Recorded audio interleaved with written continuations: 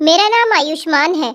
मेरा नौकर मुझसे मेरी ही बेटी का रिश्ता मांगने के लिए आया था और कहने लगा कि साहब, मैं एक बहुत बड़ा आदमी बन जाऊंगा तो आपकी बेटी को बहुत खुश रखूंगा। मैं आपकी बेटी को बहुत पसंद करता हूँ।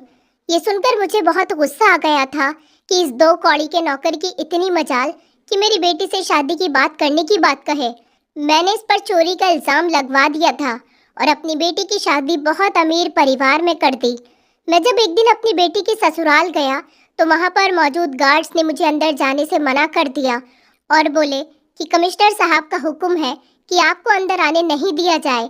मैं हैरान हुआ था कि कौन कमिश्नर। तभी अचानक मुझे अपने पीछे से आवाज आई, आपका दामाद। मैं जैसे ही पीछे पलटा तो मेरी आंखें फटी की फटी रह गईं, क्योंकि वहां तो मैं अपने घर के बड़े हॉल में मौजूद चमचमाते हुए सोफे पर बैठा हुआ था। मेरे सामने कीमती लकड़ी के टेबल पर सलीके से रखी हुई ताज़ा चाय की प्याली से भाप उठ रही थी और मेरे हाथ में अखबार का वो पन्ना था जिस पर मेरी कंपनी की नई फैक्ट्री की ओपनिंग की खबर छपी हुई थी। उस समय मेरी नज़र में सिर्फ दुनिया का दिखावा और घमंड था। मैंने गर्दन पीछे सोफे से टिकाई थी और सुकून से वो न्यूज़ पढ़ने लगा था जिनमें मेरे बिजनेस की ऊंचाइयों को सराहा जा रहा था। उसी लम्हे आंगन के दरवाजे पर हलचल हुई थी। बाहर से चौकीदार हाफता हुआ आया था। उसके चेहरे पर हिचकिचाहट और झिझक थी। उसने इज्जत से मुझे गुड मॉर्निंग किया था और कहने लगा कि सर, बाहर एक जवान लड़का खड़ा हुआ है, नौकरी की तलाश में है, हमारी बहुत रिक्वेस्ट कर रहा है और हमसे कह रहा है कि बस एक बार हम उसकी आपसे बात करवा दें। मैंने गुस्से भरे अंदाज में उसकी तरफ देखा, कुछ लम्हे सोचा और फिर इग्नोर करते हुए हाथ से हिलाकर कहा कि अच्छा ठीक है, बुलाओ उसे अंदर, देखता हूँ कौन है ये गवार इंसान। चौकीदार जाकर पलट गया था और दरवाजे की तरफ बढ़ा। थोड़ी ही देर के बाद दरवाजे से एक जवान लड़का अंदर दाखिल हुआ था। उसकी चाल में मामूली गवारों जैसी झिझक थी। उसकी आंखें ना तो झुकी हुई थी और ना ही शर्मिंदगी से घिरी हुई थी। वो बड़ी शान के साथ अंदर आ रहा था जैसे वो मेरी ही कोठी का मालिक हो। यहाँ तक कि जमीन जायदाद, मेरा घर, सब कुछ उसके जाने पहचाने हो। इस घर की एक एक चीज से वो अच्छी तरह से वाकिफ हो। उसका यह अंदाज मुझे चौंका गया था। मैंने हैरान होते हुए उसको ऊपर से लेकर नीचे तक देखा था। उसने पुराने गंदे से कपड़े पहने हुए थे, उसके जूते धूल से घिरे हुए थे, उसके हाथों पर मिट्टी के निशान थे, लेकिन आंखों में एक अलग सी चमक थी। एक सवाल नहीं था बल्कि एक बयान था। उसने मेरे करीब आकर घमंड भरे शब्दों में मुझे नमस्ते किया था और कहने लगा कि आयुष्मान सिंह जी, मेरा नाम कार्तिक है, मैं गांव से आया हूँ। मेरी माँ बहुत बीमार है, मेरे घर की कंडीशन बिल्कुल भी अच्छी नहीं है और मुझे नौकरी की सख्त ज़रूरत है। मैंने सुना है कि आपको किसी नौकर की तलाश है काम के लिए। अगर आप मुझे मौका दे दें तो मैं ईमानदारी से आपकी सेवा करूंगा। उसकी आवाज़ धीमी थी मगर उसके शब्दों में एक घमंड और कॉन्फिडेंस भरा हुआ था। लेकिन न जाने क्यों वो जिस तरह मुझे अपने घर के हालात और अपनी माँ की तबीयत के बारे में बता रहा था, उनमें कहीं भी मुझे तरस दिखाई नहीं दे रहा था। ना ही कोई गड़गड़ाहट थी, बल्कि एक खामोश कॉन्फिडेंस और सच्चाई थी जो मुझे बिल्कुल भी पसंद नहीं आई थी। मुझे तो ऐसे नौकर पसंद होते थे जो हमेशा अपनी नज़र नीची रखकर बात करें, मेरे सामने झुके झुके रहें। लेकिन ये जवान लड़का तो जैसे मेरे बराबर आकर खड़ा हो गया था। मैंने उसे गुस्से भरी नज़र से देखा था, जैसे मैं उसके शरीर का एक एक हिस्सा चेक कर रहा था। उसके गंदगी भरे कपड़े और धूल से भरा हुआ चेहरा मेरी नज़रों में उसकी कीमत दो कौड़ी की कर रहा था। वैसे भी वो एक नौकर ही था। मेरे लिए ऐसे लोग सिर्फ मेहनत के लिए पैदा होते हैं और उनकी कोई पर्सनल एडवाइजरी हैसियत नहीं होती। मगर हैरानी की बात ये थी कि वो दूसरे नौकरों की तरह दबकर बात करने के बजाय सीधा मेरी आंखों में आंखें डालकर देख रहा था। वो मुझसे झुककर बात तो कर रहा था, लेकिन उसका इस तरह का अंदाज कोई मजबूरी वाला नहीं था, बल्कि किसी घमंड की वजह था। उसने एक लम्हे के लिए भी खुद को नीचा जाहिर नहीं होने दिया था और जब उसने कहा था कि वो ड्राइविंग जानता है और हर काम ईमानदारी से करेगा, उसके शब्दों में एक ऐसा कॉन्फिडेंस था जो मेरे लिए बर्दाश्त करने काबिल बिल्कुल भी नहीं था। मैं ऐसे लोगों को बिल्कुल भी पसंद नहीं करता था जो घमंड से बात किया करें जबकि उनकी हैसियत कुछ भी न हो। पता नहीं ये दो कौड़ी के लोग अपने आप को समझते क्या है। मुझे उस नौकर से तो ऐसी उम्मीद बिल्कुल भी नहीं थी। मुझे सख्त गुस्सा महसूस हो रहा था। मैंने सोचा था कि ये होता कौन है जो इस तरह की बात करने वाला है। ये नहीं जानता था कि ये किसके सामने खड़ा है। मेरे दिल में एक फैसला सा पैदा हो गया था, एक एहसास जिसने मुझे परेशान कर दिया था, क्योंकि उसकी आंखों में जो रोशनी थी वो मुझे किसी बगावत जैसी महसूस हो रही थी।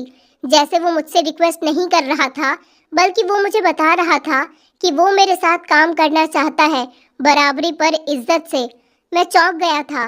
मैंने सख्त शब्दों में पूछा कि तुम पहले कहाँ काम करते थे? कोई सबूत है तुम्हारे पास अपनी ईमानदारी का?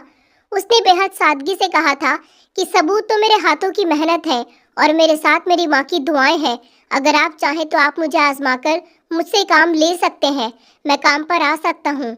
ये शब्द मेरे घमंड को चुभ गए थे। मेरे दिल में फौरन एक दीवार खड़ी हो गई थी। मैंने सोचा था कि ये जवान लड़का हद से ज्यादा आगे बढ़ रहा है, इसे तो फौरन इसकी जगह दिखानी होगी। और यहीं से मेरे अंदर एक नया इरादा जन्म लेने लगा था। एक ऐसा इरादा जो बाहर से तो उसे उसकी कमाई देने का था, लेकिन हकीकत में एक जंग की शुरुआत थी। एक अमीर इंसान का घमंड और एक गरीब की खुददारी आमने सामने आ गई थी। मैं किसी भी कंडीशन में उसे बर्दाश्त नहीं करता। एक गरीब, एक गंवार, एक नौकर मेरे सामने सर ना झुकाए।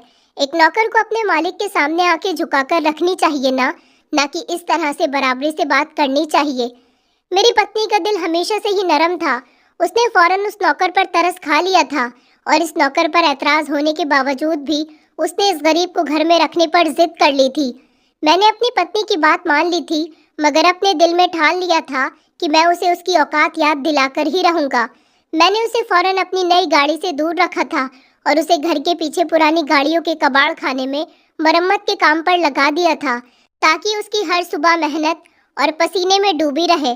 मेरी नज़रों में ये फैसला न सिर्फ एक सावधानी भरा था, बल्कि एक सबक भी था जो मैंने जिंदगी भर सीखा था कि जब किसी पुरानी हैसियत के इंसान को थोड़ी सी आज़ादी मिलती है तो वो खुद को ऊंचाइयों पर समझने लगता है। मेरे लिए ये बात स्वीकार करने के काबिल नहीं थी कि एक मामूली सा लड़का जो दरवाजे पर भीख मांगने के बराबर खड़ा हुआ था, मेरे कीमती वक्त और आराम में खलल डाले। उसकी आंखों में जो चमक थी वो मेरे लिए खामोश बगावत का ऐलान था। मेरे कानों में उसकी बातें नहीं, बल्कि उसके भरपूर कॉन्फिडेंस की गूंज सुनाई दे रही थी, जैसे वो कह रहा हो कि वो अपनी मेहनत से मुकाम हासिल कर सकता है। और यही वो बात थी जो मेरे घमंड को चुभ गई थी। मुझे विश्वास था कि अगर उसे फौरन उसकी जगह नहीं दिखाई गई तो कल को वो मेरे बराबर में आकर खड़ा होने का सपना देखने लगेगा। मैंने उसके लिए एक ऐसी जगह चुनी थी जहां गर्मी, पसीना, शोर और तेल की बदबू हो, ताकि वो जान ले ये दुनिया सिर्फ अमीर लोगों के लिए ही रोशन है और बाकी लोगों के हिस्से में सिर्फ धुंधला सा साया और अंधेरे ही आते हैं। वो दिन मेरे लिए एक फैसले से भरा हुआ था। मैंने अपने इस बड़े से घर के दरवाजे पर खड़े इस मामूली इंसान को अंदर आने दिया, लेकिन उस पर नजर रखने और काबू पाने और अपनी ताकत की हद दिखाने का पक्का इरादा कर लिया। मेरी बेटी संजना, जो हाल ही में अमेरिका से अपनी एजुकेशन कंप्लीट करके लौटी थी, उसने घर आते ही घर की चीज़ें बदलना शुरू कर दी थी। अक्सर लाइब्रेरी में घंटों बैठकर किताबें पढ़ती थी और जब भी गाड़ी में कोई खराबी होती तो बिना किसी हिचकिचाहट के सीधा गैराज में जाकर उस मामूली से नौकर कार्तिक से बात कर लेती थी। एक दिन मैंने उसे गैराज में देखा तो वो कार्तिक के साथ गाड़ी का बोनट खोलकर खड़ी हुई थी और दोनों किसी तकनीकी प्रॉब्लम पर बहस कर रहे थे।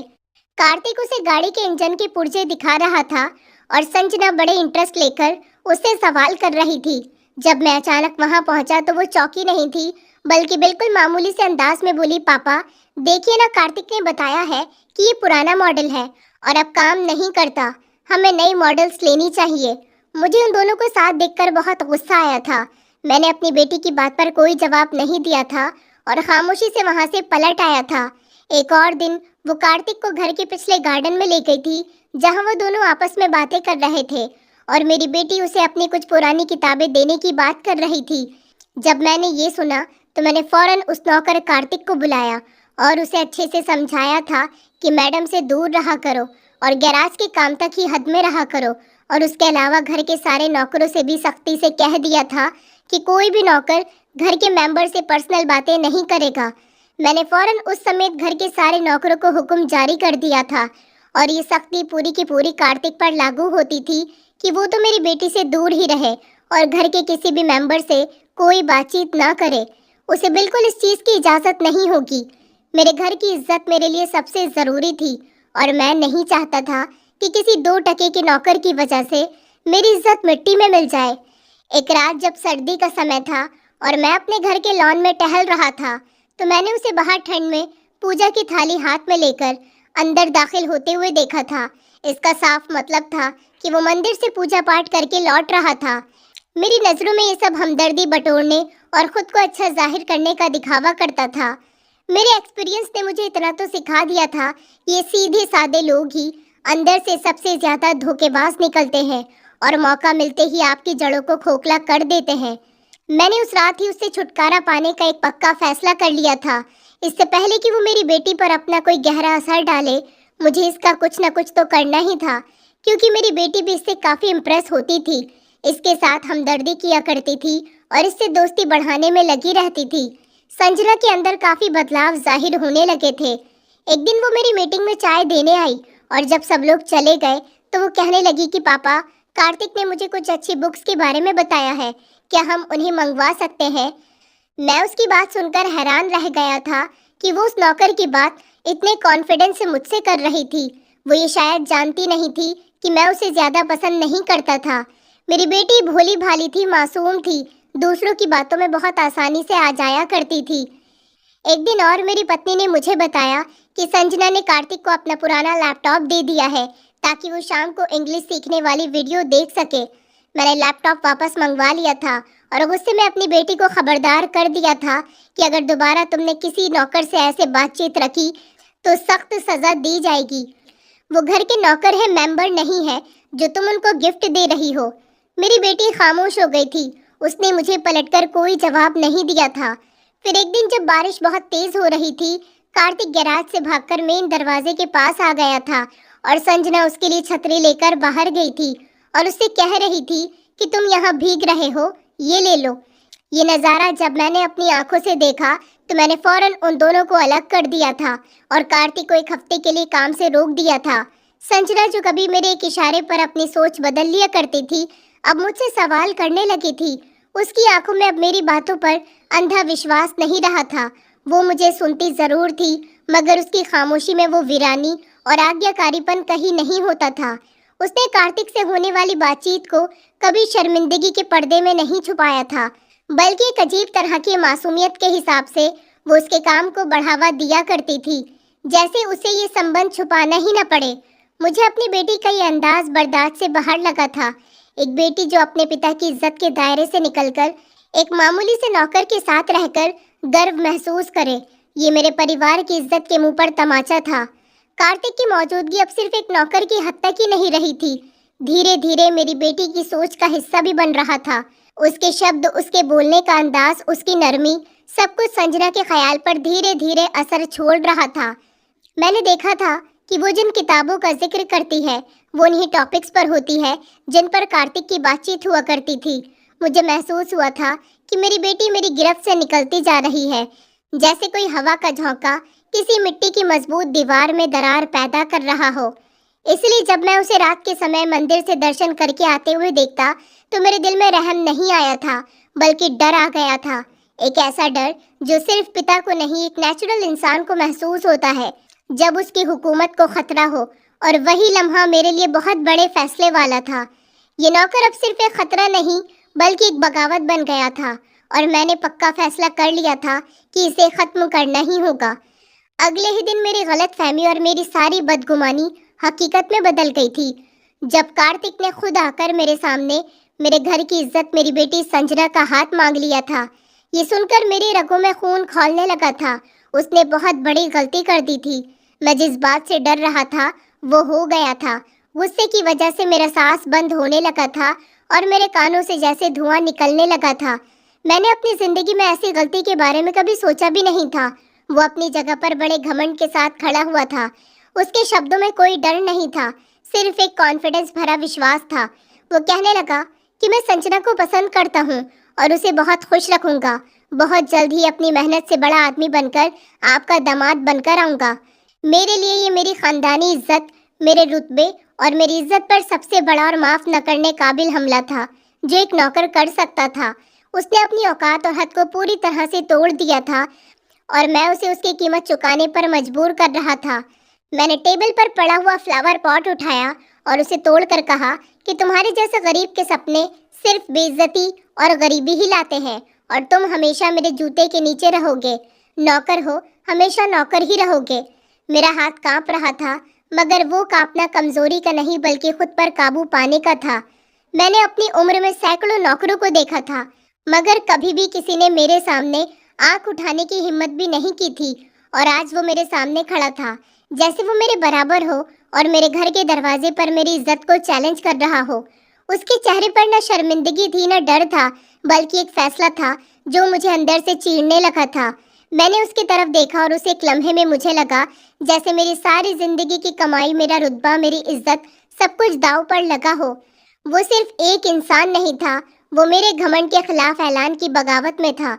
मैंने जब फ्लावर पॉट तोड़ा तो उसकी आवाज पूरे कमरे में गूंज गई थी। वो चीनी का फ्लावर पॉट मेरी ताकत से कमजोर था, जो अभी भी मेरे हाथ से टूट चुका था। मैंने उसे धक्का दिया था और वो कुछ कदम पीछे लड़खड़ाकर दरवाजे के करीब जा पहुंचा था, मगर हैरत अंगेज तौर पर उसकी आंखों में अभी भी वही रोशनी थी, वही सुकून था। उसने ना तो रिक्वेस्ट की थी, ना सफाई दी थी, बस एक बार धीरे से कहा था, सर, सपने देखना पाप नहीं होता। ये शब्द मेरे सीने में अंगारे बन गए थे। मैंने चीख कर कहा कि तुम्हारे जैसे सपने देखने वाले हमेशा जमीन पर गिरे रहते हैं। मगर मेरे अंदर ये ऐसा उभरने लगा था कि शायद मैं इससे ज्यादा डरा हुआ हूँ जितना गुस्से में दिख रहा हूँ। मैंने उसे बेइज्जती के साथ धक्के मारकर गेट से बाहर निकाल दिया था, मगर संजना ये सब नज़ारा खामोशी से देख रही थी। उसके चेहरे पर डर के बजाय एक बेहद दुख और मेरी मर्जी के खिलाफ बगावत थी। मैंने उसकी आंखों में पहली बार एक ऐसी चमक देखी थी जो मेरे बस से बाहर थी। वो अब मेरी आज्ञाकारी बेटी नहीं रही थी, वो एक औरत बन चुकी थी जो अपनी पसंद की बुनियाद पर सोच सकती थी। उस लम्हे मेरा दिल जैसे दुखने लगा था। मुझे फौरन अंदाजा हो गया था कि इस कमबख्त ने मेरी बेटी को अपने मीठे शब्दों के जाल में फंसा लिया है और अब वो मेरे हुक्म से बाहर हो रही है। मैंने संजना को बुलाया था, वो मेरे पास आई, मगर उसके कदमों में अब वो कपकपाहट नहीं थी जो पहले होती थी। मैंने चीखकर कहा कि संजना, तुम जानती हो वो कौन है? वो एक नौकर है, उसकी हैसियत दो कौड़ी की भी नहीं है और तुम आयुष्मान सिंह की बेटी हो। मगर मेरी आवाज में जो गरज थी वो अब असर खो चुकी थी। वो खामोशी से खड़ी रही थी, जैसे मेरा हर शब्द उसके लिए पुराना हो चुका हो। मैंने उसके चेहरे पर वही खामोश बगावत देखी थी जो मुझे अंदर तक काट गई थी। मैंने उसे सख्त शब्दों में धमका दिया था कि अगर तुमने उसे भुलाया नहीं तो मैं तुम्हें इस घर से बाहर निकाल दूंगा। मगर उसके होठों पर एक कड़वी मुस्कुराहट थी, जैसे वो जानती हो कि मैं चाहकर भी उसे नहीं रोक सकता था। मेरे दिल में बदले की आग भड़क उठी थी। मुझे लगा कि अब मेरी इज्जत की अर्थी उठने वाली है। इससे पहले कि इस आग को बुझाना बहुत जरूरी है। मैंने फैसला कर लिया था कि इस नौकर को उसकी गलती की सजा ऐसी दूंगा जो न सिर्फ उसे तोड़ेगी बल्कि हर उस इंसान के लिए मिसाल बनेगी जो किसी अमीर के सामने आंख उठाने की जुर्रत करे। मैंने अपने दोस्तों से बातचीत की थी और अपने पुराने जानने वालों को फोन किया था और शहर के उन लोगों को याद किया था जो मेरे एहसानों के बोझ तले दबे हुए थे। मैंने खुद से कहा था कि ये सिर्फ एक लड़की की मर्जी नहीं, ये मेरी इज्जत की हिफाजत है। मेरे दिमाग में अब सिर्फ एक प्लान घूम रहा था, एक ऐसा प्लान जो न सिर्फ कार्तिक को खत्म कर दे बल्कि उसकी याद को भी मिटाकर रख दे। मैंने अपने लोगों से कहा था कि वो कार्तिक के बारे में हर छोटी बड़ी बात पता करे। वो कहाँ जाता है, किससे मिलता है, कहाँ से आया है, किससे बात करता है, कहाँ रात गुजारता है। मैंने उसे एक इंसान के बजाय एक खतरा समझ लिया था, एक ऐसा बीज जो अगर उग गया तो मेरी नस्लों के पेड़ को जड़ से उखाड़ देगा।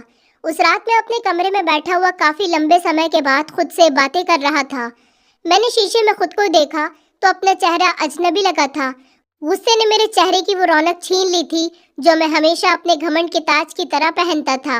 मेरी नींदें दुश्वार हो चुकी थी, मगर मुझे उसके जागने पर भी गर्व था, क्योंकि मैं समझता था कि जो इंसान अपनी इज्जत के लिए जागता है वो कभी हारता नहीं।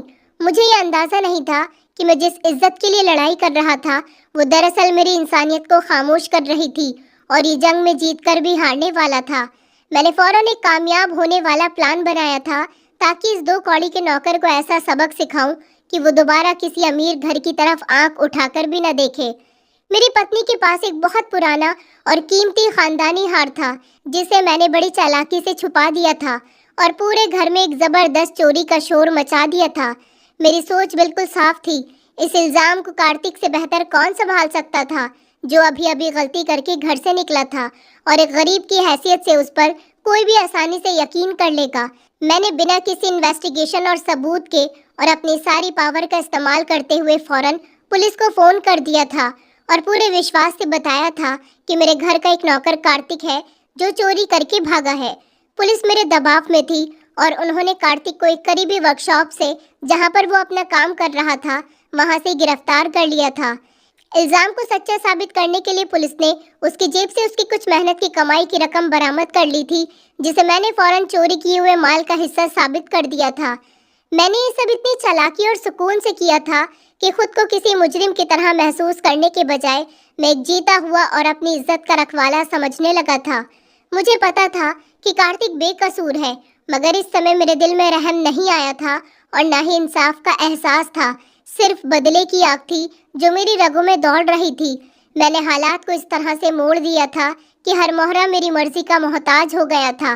पुलिस के कुछ ऑफिसर्स मेरे साथ पुरानी जान पहचान वाले थे। वो जानते थे कि मुझ जैसे इंसान की बात को कभी झुटलाया नहीं जा सकता। जब मैंने उनसे कहा कि ये वही लड़का है जिसने मेरे घर में चोरी की है, तो उन्होंने बिना सवाल किए मेरे कहने को कानून समझ लिया था। मैंने कार्तिक को जेल की सलाखों के पीछे भेजकर सिर्फ उसे सजा नहीं दी थी, बल्कि अपने घमंड को खुश कर दिया था। ये मेरे लिए खेल बन चुका था, ताकत का और अपने घमंड की तसल्ली का। मैंने ये तक नहीं सोचा था कि अदालत में अगर ये बात बढ़ी तो मेरे खड़े किए गए कुछ गवाह के बयान और पुलिस की मामूली सी रिपोर्ट ही काफ़ी होगी कि उसे मुजरिम साबित कर दिया जाए। मुझे ये सब कुछ करते हुए न कोई शर्म आई थी, न कोई झिझक हुई थी, क्योंकि मेरे दिमाग में सिर्फ एक सोच थी, मेरी इज्जत हर कीमत पर बचनी चाहिए, चाहे किसी बेगुनाह का भविष्य ही क्यों ना बर्बाद हो जाए।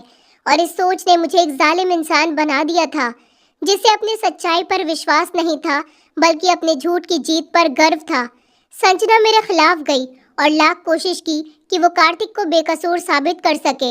वो पुलिस वालों के सामने बहुत रोई थी और चीखी थी कि वो रकम उसने कार्तिक को दी थी ताकि वो अपना भविष्य संभाल सके, मगर मेरी ईगो के आगे मेरी बेटी की सच्चाई की कोई हैसियत नहीं थी। मैंने उसकी बात को सिर्फ एक झूठी मोहब्बत का इजहार समझा था और उसे कमरे में बंद करवा दिया था। मेरी ईगो उस समय ठंडी हुई थी जब मैंने खुद को देखा था और इस नौकर पर हथकड़ियां लगी। वो मुजरिमों की तरह पुलिस की गाड़ी में बैठकर जेल की सलाखों के पीछे सड़ने लगा था। मुझे लगा था कि मेरे रास्ते से अब हमेशा के लिए ये कांटा निकल गया है और मेरी इज्जत सलामत हो गई है। मैंने अपने दोस्तों और रिश्तेदारों को चोरी का हादसा बढ़ चढ़कर सुनाया था और ये विश्वास दिलाया था कि ये गरीब लोग हमेशा आपके घरों में डाका डालते हैं। मैंने अपनी कामयाबी पर गर्व किया था, क्योंकि मैंने एक तीर से दो शिकार किए थे, बदला भी ले लिया था और अपनी बेटी को भी इस नौकर की मनहूसियत से आज़ाद करवा दिया था। अब मेरी अगली चाल थी कि मैं संजना की शादी किसी बड़े और ताकतवर परिवार में करके अपने मुकाम को और भी मजबूत कर सकूं। मैंने अपनी बेटी को कमरे में कैद किया तो मेरे ख्याल में मैंने सिर्फ अपनी बेटी को नहीं, बल्कि अपनी इज्जत के किसी ताकतवर हिस्से को कैद किया था। बाहर से मुझे सब कुछ काबू में लग रहा था। पुलिस, मोहल्ले वाले, दोस्त, यहाँ तक कि मेरी पत्नी भी खामोश हो गई थी, लेकिन अंदर कहीं एक खामोशी घर कर गई थी जो शोर से भी ज्यादा तकलीफदायक होती है। वो मेरी बेटी की चीखें, जो कभी मेरी बात पर मुस्कुराकर खत्म हो जाया करती थी, अब दीवारों से टकराकर वापस आ रही थी। मैंने सोचा था कि कुछ दिनों में वो टूट जाएगी, अपने सपने भूल जाएगी, मगर उसकी आंखों में जो जिद थी वो हर दिन मेरे घमंड पर एक नया वार करती थी। वो कुछ खाती नहीं थी, किसी से बोलती नहीं थी, मगर उसकी खामोशी में एक अजीब तरह का ऐलान छुपा हुआ था, जैसे वो कह रही हो कि अब मैं तुम्हारी नहीं रही, अब मेरी सोच तुम्हारी कैद से आज़ाद है। मेरी ईगो इतनी ताकतवर हो चुकी थी कि मैंने पिता होने का हक खो दिया था। मैंने अपने दिल को खुद समझाया था कि ये सब वक्त की जगह कुछ दिनों में वो भूल जाएगी। आखिर बेटी है, पिता की मर्जी ही उसका मुकद्दर है। मगर मैं खुद जानता था कि मैं अब सिर्फ एक जालिम नहीं, बल्कि एक बुज़दिल बन चुका हूँ जो अपने घमंड के हिस्से में छुपा बैठा था। मैंने लोगों के सामने खुद को मजबूत जाहिर किया था, पार्टियों में बैठकर हंसता था, दोस्तों को कहता कि ऐसे लोगों को ऐसे ही खतरनाक अंजाम देने चाहिए, वरना नौकर मालिक के बराबर हो जाएंगे। सबने मेरी बात की तारीफ की थी, मेरी पीठ थपथपाई थी और मैंने अपने जख्म पर झूठा मरहम लगा लिया था। मेरी पत्नी का व्यवहार मुझे लगातार चुभ रहा था। वो एक खामोश साया बनकर रह गई थी, जो हर समय मेरी कामयाबी के नज़ारे में मेरी नाकामी मुझे याद दिलाती रहती थी। मेरी बेटी की शादी की डेट करीब थी और मेरा दिल अजीब सी बेचैनी का शिकार हो रहा था। एक सुबह जब मैं अखबार पढ़ रहा था तो मेरी पत्नी कांपते हुए कदमों से मेरे पास आई थी। उसके हाथ में एक छोटा सा वेलवेट का बॉक्स भी था, वही बॉक्स जिसमें वो खानदानी हार रखा जाता था। उसने न कोई इल्जाम लगाया था, न कोई सफाई दी थी, बस वो डब्बा टेबल पर रख दिया था और टूटती हुई आवाज में कहने लगी कि हार मिल गया है। वो वही टेबल के नीचे पड़ा हुआ था जहां आपने आखिरी बार उसे रखा था। इस लम्हे मुझे ऐसा लगा जैसे मुझे हजारों वोल्ट का झटका लगा हो। मेरे सामने मेरी सारी साजिश, सारा गर्व और गंदा झूठ टूटकर बिखर गया था। हार वहां था और सलामत था, और इसका मतलब था कि कार्तिक, जिसे मैंने जेल भेजा था, जिसकी इज्जत उतारी थी, जिसके भविष्य को बर्बाद करने की कोशिश की थी, वो बेकसूर था। मेरी पत्नी की आंखों में कोई ताना नहीं था, सिर्फ एक गहरा दुख था। उसने मुझसे कोई सवाल नहीं किया था, उसका दुख ही सबसे बड़ा सवाल था। मेरे हाथ कांपने लगे थे। ये वही हार था जिसकी बुनियाद पर मैंने एक इंसान को मुजरिम बना दिया था। मेरे दिमाग में फौरन ये डर आ गया था कि अगर ये बात बाहर चली गई तो मेरी सामाजिक हैसियत क्या होगी। लोग मेरे नौकर से कहीं ज्यादा मुझे गलत समझेंगे। मुझे अपने किए पर शर्मिंदगी नहीं थी, सिर्फ अपनी इज्जत खोने का डर था। मैंने फौरन उस हार को उठाया और उसे वापस उसके सलामत मुकाम पर रख दिया था। मैंने अपनी पत्नी से कहा था कि वो इस बात के बारे में किसी को भी कोई जिक्र न करे। उसने खामोशी से सर हिला दिया था। उसकी खामोशी मेरे लिए खौफनाक थी, जैसे उसने मेरे जुर्म पर खामोशी से ठंडी मोहर लगा दी हो। मेरी पहली जिम्मेदारी थी कि कार्तिक को खामोशी से रिहा करवाया जाए। मैंने अपने वकील को फोन किया, एक भारी रकम दी और किसी को बताए बिना कार्तिक की जमानत करवा दी थी।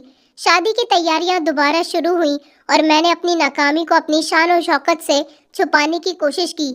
शहर के सबसे बड़े और अमीर इंसान के घर में अपनी बेटी का रिश्ता तय कर चुका था, जो दौलत होते हुए और शान और शौकत में हमसे कई गुना ज्यादा आगे थे और मेरे सामाजिक हैसियत को आगे भी जगमगाने वाले थे। मैंने सोचा था कि यही मेरी असली जीत होगी। संजना अब किसी भिखारी के सपने के महल में नहीं, बल्कि सोने के महल में जाएगी। मुझे ये एहसास तक नहीं रहा था कि मैं अपनी बेटी का दिल जीतने के बजाय उसे एक सौदा बना रहा हूँ। मैंने शादी की तैयारी शान और शौकत दिखाने का फैसला किया था, जो पूरे शहर में चर्चा बने। मैंने बड़े बड़े बैनर्स लगवाए थे, खाने के ऑर्डर्स बेहतरीन होटल से दिए थे और इनविटेशन कार्ड भी बेहद महंगे छपवाए थे, जो सिर्फ खास लोगों के लिए इस्तेमाल करते हैं। मेरे दिमाग में बार बार एक ही ख्याल गूंजता रहा कि देखो, आयुष्मान सिंह ने अपनी बेटी की शादी कहाँ की है। ये सब मैं अपनी इज्जत के लिए नहीं, अपनी शिकस्त को छुपाने के लिए कर रहा था, मगर खुद को धोखा देने में माहिर था। शादी की बात जब संजना के कानों तक पहुंची तो वो खामोश रही। मैंने उसे देखा तो उसके चेहरे पर एक अजीब सा सुकून था, जैसे वो कुछ जानती हो मगर कुछ कहना नहीं चाहती हो। उसकी आंखों में ना तो खुशी थी न रिक्वेस्ट थी, बस एक ऐसी गहरी खाली आंखें जिनमें सपने दफन किए जा चुके थे। मैंने खुद से कहा, यही तो मैं चाहता था कि मेरी बेटी ने आखिरकार हकीकत को स्वीकार कर लिया है। मुझे यह एहसास नहीं हुआ था कि इस तरह से स्वीकार करना दरअसल शिकस्त की नहीं, सब्र की खामोश वजह थी और मैं उसे गलत समझ रहा था। मैंने अपनी पत्नी को भी तसल्ली दी थी कि सब ठीक हो जाएगा, दौलत सब जख्म भर देती है। जब मेरी बेटी संजना की शादी हुई तो वो मेरे लिए जिंदगी का सबसे गर्व का दिन था। मैंने सारी जिंदगी मेहनत की थी, पैसा कमाया था, नाम बनाया था और अब मैं चाहता था कि मेरी बेटी की शादी भी ऐसे ही हो कि पूरा शहर देखे। मैंने अपनी बेटी की शादी की तैयारियों में कोई कसर नहीं छोड़ी थी। घर के आंगन से लेकर लॉन तक सजावट करवाई थी, मेहमानों के लिए अच्छे बंदोबस्त करवाए थे और किचन से खुशबुएं उठ रही थी। मोहल्ले का हर इंसान कह रहा था कि आयुष्मान सिंह ने तो राजा महाराजाओं जैसी शादी की है। मेरी बेटी के लिए शहर की सबसे अमीर बिजनेसमैन का रिश्ता आया था, वही इंसान जिसके पास बेहद दौलत भी थी, रुतबा भी था। मैंने फौरन इस रिश्ते के लिए हाँ कर दी थी और दिल ही दिल में खुद को कामयाब पिता समझा था। शादी के दिन जब दूल्हा सहरे में आया तो मैंने गर्व से उसके सर पर हाथ रखा था। वो जवान लड़का बहुत खामोश था मगर बहुत ही कॉन्फिडेंस में था। पंडित जी ने एक एक करके सारी रस्म करवाई थी, लेकिन इस दौरान बहुत ज्यादा किसी से बात नहीं कर रहा था। किसी ने उससे जब कोई बात पूछी तो उसने मामूली से जवाब दिया था, लेकिन उसकी आवाज से मुझे कुछ अजीब सा लगा था, मगर मैंने इस बात पर ध्यान नहीं दिया था। वो ज्यादातर अपने चेहरे को सहरे में छुपाकर ही बैठा रहा था। मैं तो रोशनियों के तूफान, लोगों की हंसी मजाक और बधाइयों में लगा हुआ था। मेरी बेटी की झुकी हुई नजरें। मैंने सोचा कि बस अब मैं जीत गया हूँ। ये मेरी इज्जत, मेरी ईगो, मेरी कामयाबी का जश्न था। मुझे क्या पता था कि ये जश्न दरअसल मेरी शिकस्त की शुरुआत थी। सुबह से ही हर तरफ तैयारी का शोर था। मैंने खुद आंगन का जायजा लिया, घर की सजावट अपनी निगरानी में करवाई। खाना, गाना, बजाना, हर चीज मेरी नजरों में एक नुमाइश थी, मेरी कामयाबी का इजहार थी। मैंने शहर के बेस्ट शेफ को बुलाकर खास मेन्यू डिसाइड किया था। देसी विदेशी कई तरह के व्यंजन शामिल किए थे। मेरे दिमाग ने सोचा था कि जब फंक्शन शुरू होगा तो मेरे दोस्त मेरे दोनों तरफ बैठेंगे, सब लोग बातचीत करेंगे और मेरी बेटी मेरे करीब में होगी। उसकी मुस्कुराहट मेरे गर्व की वजह बन जाएगी। मैंने ज़रूरत से ज़्यादा मेहमानों को इनवाइट किया था। पुराने समय के सारे संबंधों को याद किया था। दोस्तों को दोबारा बुलाया गया था। मैं अपनी बेटी की शादी पर बहुत खुश था और मुझे तब सबसे ज़्यादा खुशी हुई थी जब सारे मेहमान तालियां बजाकर मेरा नाम पुकार रहे थे। मैं सर उठाकर मुस्कुरा रहा था और मुझे पता था कि मैंने कामयाबी का वो मुकाम हासिल कर रखा है जिसकी तरफ जिंदगी भर दौड़ लगाई थी। शाम को रोशनी ने लाउंज को एक सुनहरी चमक दी थी। लाइट्स छतों से लटक रही थी। उनकी रोशनी मेरी बेटी के सजे बालों की चमक में शामिल हो रही थी। मेहमान एक एक करके अभी भी पहुंच रहे थे। अपने कपड़े, उनके होठों पर मुस्कान, उनकी नज़र में मेरे घर की इज्जत की तारीफ साफ नजर आ रही थी। कुछ बूढ़े बुजुर्ग मुझे आशीर्वाद दे रहे थे, कुछ जवान गिफ्ट लेकर आए थे। मैंने देखा था कि आज अपनी बेटी की शादी इतनी इज्जत से करने पर मुझे पूरा शहर इज्जत दे रहा था। मेरी कामयाबी का हिस्सा मैं खुद भी बन रहा था। जब बारात आई थी तो मैं उसके स्वागत के लिए दरवाजे पर ही खड़ा हुआ था और सारे बारातियों का भी पूरी शान के साथ स्वागत किया गया था। दूल्हे ने अभी तक चेहरे से सेहरा नहीं हटाया था। मैं फूलों की माला हाथ में लेकर खड़ा था। वो कुछ कदम आगे चलकर आया तो मैंने उसे खुशी से गले लगा लिया था। उसने भी खुशी से मेरा आशीर्वाद लिया था। शादी की सारी रस्में पूरी हो गई थी। मैंने मंडप की सजावट में भी कोई कमी नहीं छोड़ी थी और अपनी बेटी का कन्यादान बड़ी खुशी खुशी किया था। दूल्हे ने मेरी बेटी का हाथ मजबूती से पकड़ा हुआ था और उसे कहा था कि तुम मेरी जिंदगी की सबसे बड़ी कमाई हो। इस बात पर मेरी बेटी हल्की से मुस्कुरा दी थी। उसके शब्द मैंने सुन लिए थे, लेकिन न जाने क्यों ये सुनकर मेरे दिल में एक अजीब सी हलचल पैदा हो गई थी। मुझे समझ ही नहीं आया था कि वो क्या कह रहा है, मगर फौरन मैंने इस बात को नज़रअंदाज कर दिया था और अपनी कामयाबी समझा था कि वो मेरी बेटी को बहुत खुश रखेगा और मैंने अपनी बेटी के लिए कोई गलत फैसला नहीं किया। मैंने सोचा ये जवान दिलेर लड़का है, इसकी शादी अपनी बेटी के साथ करवा के मैं बिल्कुल ठीक कर रहा हूँ। शादी की सारी रस्में होने के बाद एक तरफ खाना चल रहा था तो दूसरी तरफ बच्चे बड़े सब डांस भी कर रहे थे। सब लोग बहुत खुश थे और मेरी बेटी झुकी हुई आंखों के साथ मेरे करीब आई थी। कहने लगी कि पापा थैंक यू। अपनी बेटी की बात सुनकर मैं हैरान रह गया था। उसने कहा कि पापा ये मेरा सपना है कि मैं आपकी इज्जत रख रही हूँ। मैंने उसे गले से लगा लिया था और दिल में सोचा था बस अब मैंने सब कुछ ठीक कर दिया। मैंने मेहमानों को खाना भी खिलवा दिया था। सब लोग फोटो भी खिंचवा रहे थे। मेरे घर का हर कोना खुशी और मोहब्बत से जगमगाया हुआ था। लेकिन जब वो शाम निकल गई, सब लोग जमकर मिठाई खा रहे थे, शादी को एंजॉय कर रहे थे। शादी का फंक्शन जैसे तैसे पूरा हो गया था। मेरी बेटी विदा होकर अपनी ससुराल चली गई थी। लेकिन जब सारे मेहमान चले गए और पूरा घर खाली हो गया तो कुछ नौकर मेरे पास आए और कहने लगे कि सर काफ़ी सारा खाना बचा हुआ है, मिठाइयाँ भी हैं।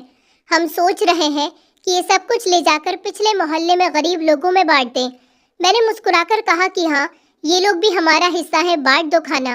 न जाने क्यों मैं शादी की वजह से बेहद थक गया था।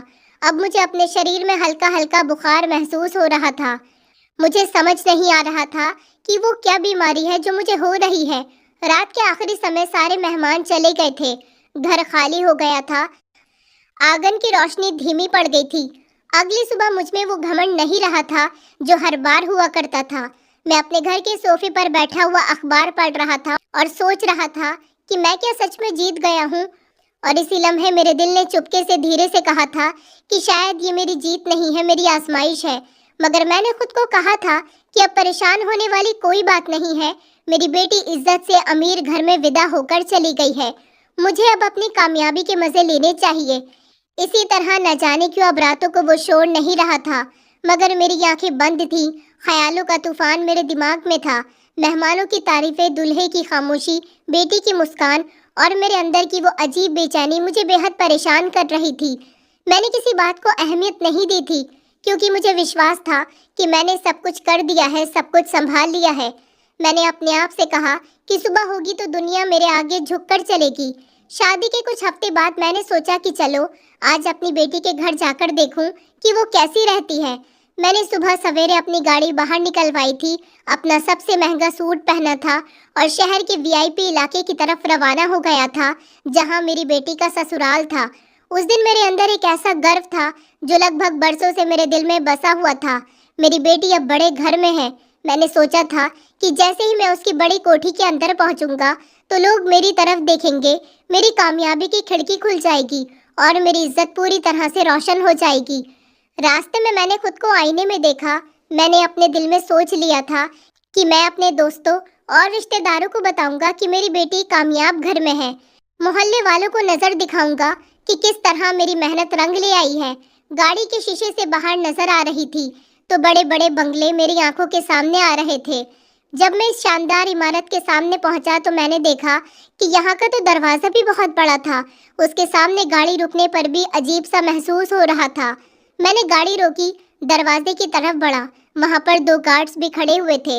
वो मेरी ही तरफ देख रहे थे। मेरा दिल जोर जोर से धड़क रहा था।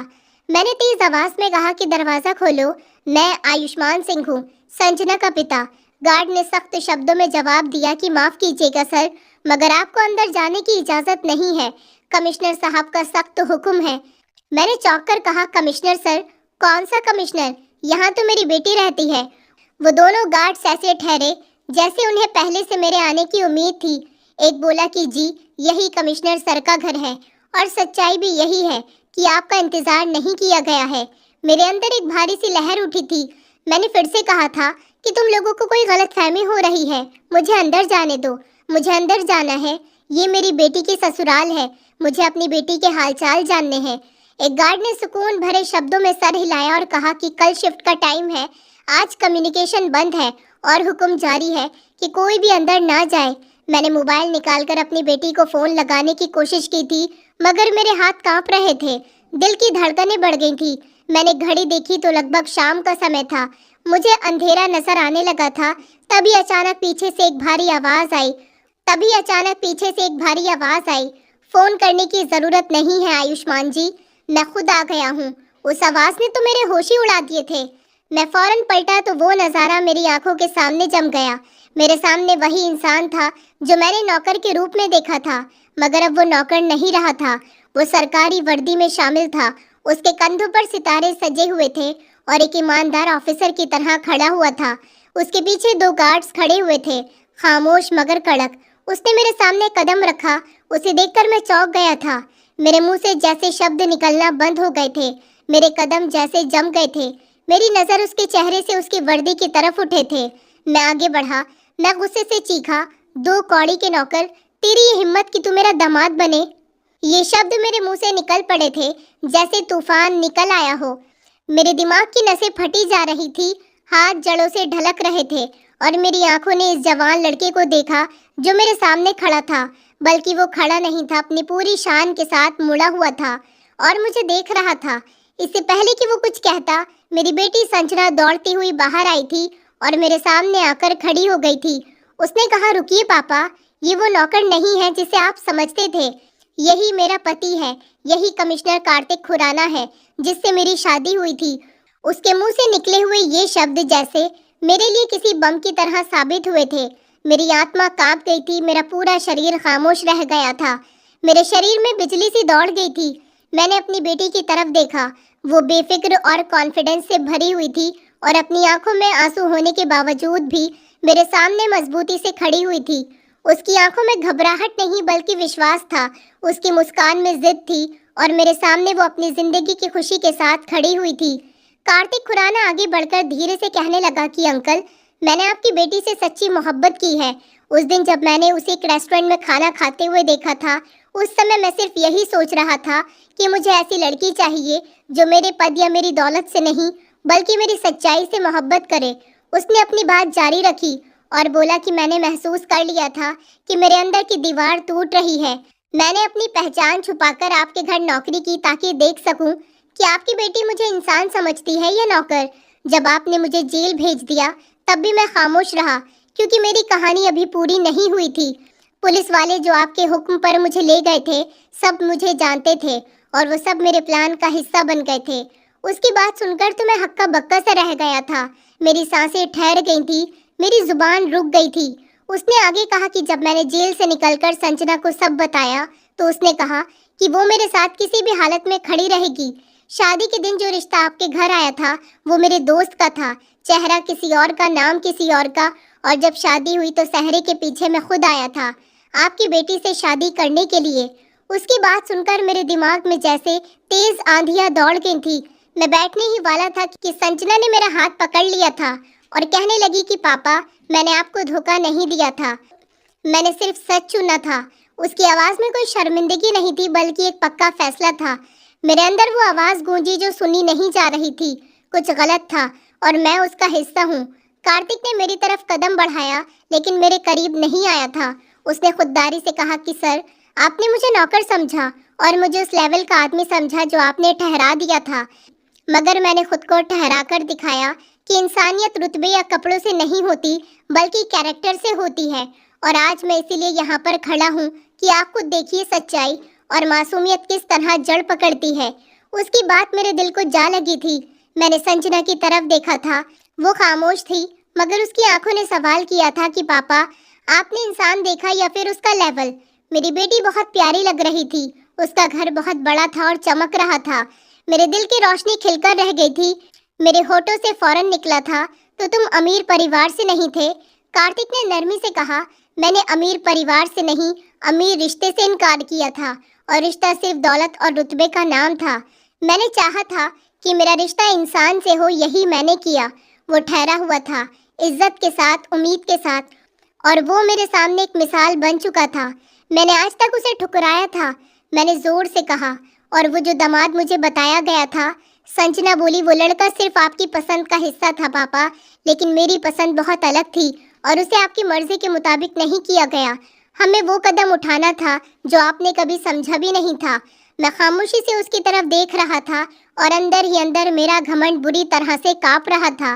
कार्तिक ने आगे कहा कि मैंने इस घर को, उस रिश्ते को उस वक्त ठहरा लिया जब मैंने फैसला किया था कि इससे ख्वाहिशें नहीं बल्कि जिम्मेदारियां जुड़ी हैं, और अब मैं वो पूरी कर चुका हूँ। वो आवाज़ मेरे कानों में गूंज रही थी जैसे किसी ने मेरे अंदर की दीवार में हथौड़ा मार दिया हो। फिर मेरे अंदर वो सवाल उठा जो मैंने कभी पूछा भी नहीं था। मैंने गलत किया। मैंने देखा कि मेरा घमंड, मेरी गलतियाँ, मेरी वो सारी कीमती चीज़ें, सब कुछ अब बिखर चुका है। मेरी आंखों में आंसू थे मगर शब्द कमज़ोर थे। मैंने कहा, बेटी, मैंने तुम्हारे लिए ठीक किया था। ये क्या है? उसने मुझे मुस्कुराकर देखा और कहने लगी कि पापा, सब ठीक करना और ठीक होना दो अलग अलग चीज़ें होती हैं। मैंने ठीक होना पसंद किया है। मेरे अंदर की खामोशी और इस बात ने मेरे अंदर के तूफान को शांत कर दिया था। मैंने अपनी बेटी को बेहतरीन घर देने का सोचा था, आज उसने रंग बदल लिया था। मेरी कामयाबी मेरी आंखों के सामने खड़ी थी। उस दिन मैं गुस्से में घर वापस आया था क्योंकि मैं अपनी बेटी से थोड़ा सा नाराज था। मैंने किसी से बात नहीं की थी, कई दिनों तक खाना नहीं खाया था। मैं सोच रहा था कि मैं लोगों को क्या जवाब दूंगा। ये बात सोचकर खुश था कि कार्तिक कमिश्नर है, लेकिन लड़का और परिवार दूसरा दिखाया गया था। लोग मुझसे सवाल करेंगे। मेरी आत्मा अंदर से परेशान हो रही थी और मेरे होठों पर सिर्फ खामोशी थी। मैंने खुद से कहा था कि ये मेरी बेटी नहीं, मेरी शिकस्त है, मगर हर रात जब मैं आंखें बंद करता तो मेरी बेटी का चेहरा और कार्तिक की नरम मुस्कुराहट मेरे सामने आ जाती थी, जिनमें वो फैसला झलकता था जो मेरा घमंड कभी स्वीकार नहीं करता था। मैंने सोचा था कि किसी तरह मुझे अपनी इज्जत की इमारत बनानी है, मगर अब वो इमारत मेरे अंदर टूटी हुई कहीं नजर आ रही थी। कुछ महीनों के बाद मैंने हिम्मत इकट्ठा की और दोबारा उनके घर गया। खुद को तसल्ली दी कि शायद अभी समय है ठीक होने का। गार्ड्स ने दरवाज़ा खोल दिया था। मैं अंदर गया और वो लम्हा मेरे सामने एक परीक्षा की तरह था। अंदर कदम रखते ही मैंने महसूस किया था कि ये जगह मेरी नहीं थी। घड़ी की आवाज़, हल्की रोशनी, मेहमानों की हंसी, सब कुछ मेरी कामयाबी का हिस्सा था। मैं इस नज़ारे का मेहमान बनकर आ रहा था। मेरी बेटी ने आकर मेरा हाथ थाम लिया था, मेरी वही बेटी जिसे मैंने कभी सिर्फ अपनी मर्जी का हिस्सा समझा था। उसकी आवाज़ नरम थी मगर उसमें सवाल था, पापा, आप मुझसे नाराज़ हैं? मैं खामोश खड़ा रहा। मेरी जुबान पर जवाब था मगर शब्द होठों तक नहीं पहुंच रहे थे। फरमाइश में कोई इल्ज़ाम नहीं था, सिर्फ सच्चाई थी और वो सच्चाई मेरे लिए गहराई साबित हुई थी। फिर कार्तिक ये बात मेरे सामने झुककर बोला, अंकल, मैं अभी भी वही नौकर हूँ जो आपके घर काम करता था। इज्जत के साथ जीता हूँ। ये शब्द मेरे कानों में किसी घंटी की तरह बनकर गूंजने लगे थे। उसने आगे कहा, मैंने कभी आपको कम नहीं समझा था, मगर आपने मुझे कम समझ लिया है। ये वो समय है कि अब मैं आपको बताऊंगा कि इज्जत लेने की चीज नहीं, दी जाने वाली चीज है। मैं कुछ देर खामोश रहा था। पहली बार उससे मैंने हाथ मिलाया था। हाथ मिलाने में मेरे लिए कमजोर होने का एहसास था, मगर उसमें एक नया फैसला भी था, स्वीकार करने का। मैंने धीमे शब्दों में कहा कि बेटा, मैंने दौलत में इज्जत तलाश की, मगर तुमने मेहनत में इज्जत की तलाश की। तुम जीत गई। मेरी आंखों में आंसू आ गए थे। मैंने अपनी बेटी के सर पर हाथ रखा और दिल से कहा कि ऊपर वाला तुम दोनों को हमेशा खुश रखे। मैं आज सचमुच इज्जतदार बन गया हूँ। वो शब्द मैंने खुद को तसल्ली देने के लिए नहीं कहे थे, बल्कि सच स्वीकार करने के लिए कहे थे। धीरे धीरे मैंने अपनी जिंदगी में बदलाव की शुरुआत कर दी थी। मैंने अपने अंदर बदलाव लाना शुरू कर दिया था।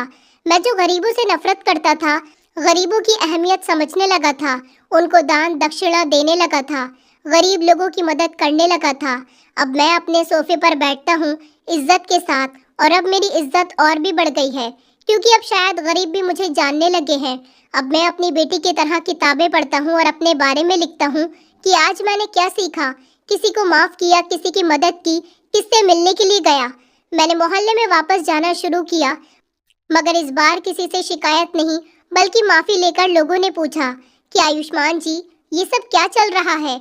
मैंने बताया कि मैंने इंसानियत की तारीफ बदल दी है और मेरा रुतबा अब सिर्फ घमंड का नहीं बल्कि इंसानियत का है। ये सुनकर कुछ ने सर हिला दिया था और कुछ ने हैरानी भरी नजरों से मुझे देखा था, मगर मैं इससे इम्प्रेस नहीं हुआ था। मेरे लिए यही बहुत था कि मेरी बेटी खुश है। मेरे अंदर की आवाज ने मुझे बताया था कि बदलाव का सफर अंदर से शुरू होता है। एक दिन मैंने कार्तिक को कहा था कि आओ मेरे ऑफिस में आओ, हम मिलकर एक छोटा सा प्रोजेक्ट शुरू करेंगे जिसमें हम जवान लड़कों की मदद करेंगे और उनके टैलेंट को लेकर आएंगे और उनको इज्जत से जीने का रास्ता बताएंगे। उसने खुलकर हंसते हुए कहा कि अंकल जी, आपका ख्याल तो ये नहीं था। मैंने मुस्कुराकर कहा कि हाँ बेटा, ये मेरा ख्याल नहीं था, मगर तुमने मुझे समझा दिया है कि इज्जत बांटने से बढ़ती है, छुपाने से कम नहीं होती। सफर अभी खत्म नहीं हुआ, बल्कि एक नई तैयारी की शुरुआत है, और इस तैयारी में मेरी बेटी और मेरा दामाद मेरे साथ है। मैं अपनी ईगो की जंजीरों को तोड़ चुका हूँ और अपनी जगह दिल में मोहब्बत और इज्जत ने ले ली है। मैं वही इंसान बन गया हूँ जिसने अपना घमंड जमीन पर उतार दिया है और इंसान को हाथ में उठाया है। मेरे अंदर अब शर्मिंदगी नहीं रही है, क्योंकि मैंने अपनी बेटी और अपने दामाद से माफ़ी मांग ली थी और अपनी गलती को सुधार लिया था। दोस्तों, उम्मीद करती हूँ आपको हमारी कहानी पसंद आई होगी। कहानी पसंद आई है तो वीडियो को लाइक करें, चैनल पर नए हैं तो चैनल को सब्सक्राइब करें, और हाँ, नोटिफिकेशन बेल को ज़रूर दबाएं ताकि अगली अपडेट सबसे पहले आपको मिले।